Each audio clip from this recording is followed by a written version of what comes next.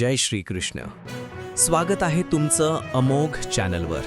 आज आपण त्या अंतिम रहस्याचा पडदा उघडणार आहोत ज्याने कित्येक रात्री तुमची झोप उडवली आहे. मृत्यू. मृत्यूनंतर काय होतं? आत्मा शांतपणे पुढे जातो की अडकतो?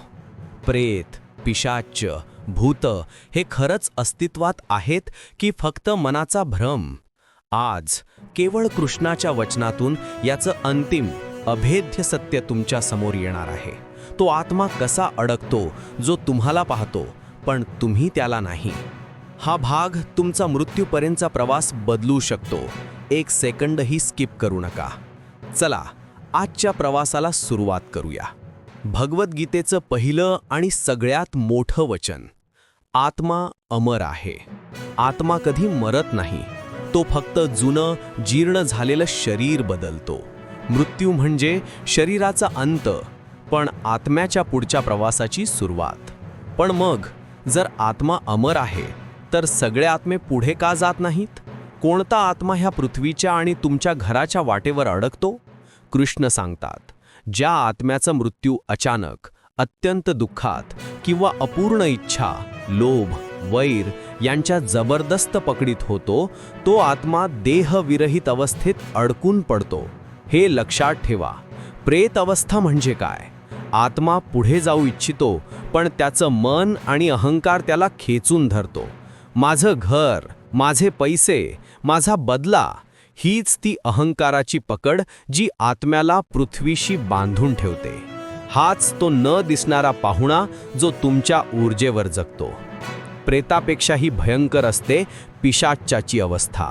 ज्या आत्म्याचा मृत्यू वासनांमध्ये, नशेत किंवा घोर पापात झाला, त्याला पुन्हा त्या वासना पूर्ण करण्याची तीव्र भूक असते. पण शरीर नसल्यामुळे तो काय करतो? तो दुसऱ्यांच्या भावनांवर, त्यांच्या भीतीवर, त्यांच्या अपूर्ण इच्छांवर जगतो. तो तुमचा जीव घेत नाही, पण तुमच्यावर अवलंबून राहून तुम्हाला आतून कमजोर करतो. पण सगळ्यात मोठं सत्य, प्रेत किंवा पिशाच्य होणं हा आत्म्याचा दोष नाही, तो माणसाच्या स्वतःच्या कर्माचा आणि अहंकाराचा परिणाम आहे. मित्रांनो, तुम्ही हा गहन आध्यात्मिक प्रवास इतक्या तन्मयतेने ऐकताय म्हणजेच तुमचा मार्ग तेज मार्गाकडे वळला आहे. या अमोघ ज्ञानाचा प्रकाश तुमच्यापर्यंत रोज पोहोचावा यासाठी आत्ताच सबस्क्राईब करा आणि दैनंदिन गीता श्रवणाची सुरुवात करा. आता सगळ्यात शेवटचा प्रश्न, मुक्ती कशी? कृष्ण सांगतात, देवस्मरण अधिक कर्मशुद्धी म्हणजे पुढचा जन्म निश्चित, आणि कृष्ण भक्ती म्हणजे मृत्यू पलीकडचे स्वातंत्र्य.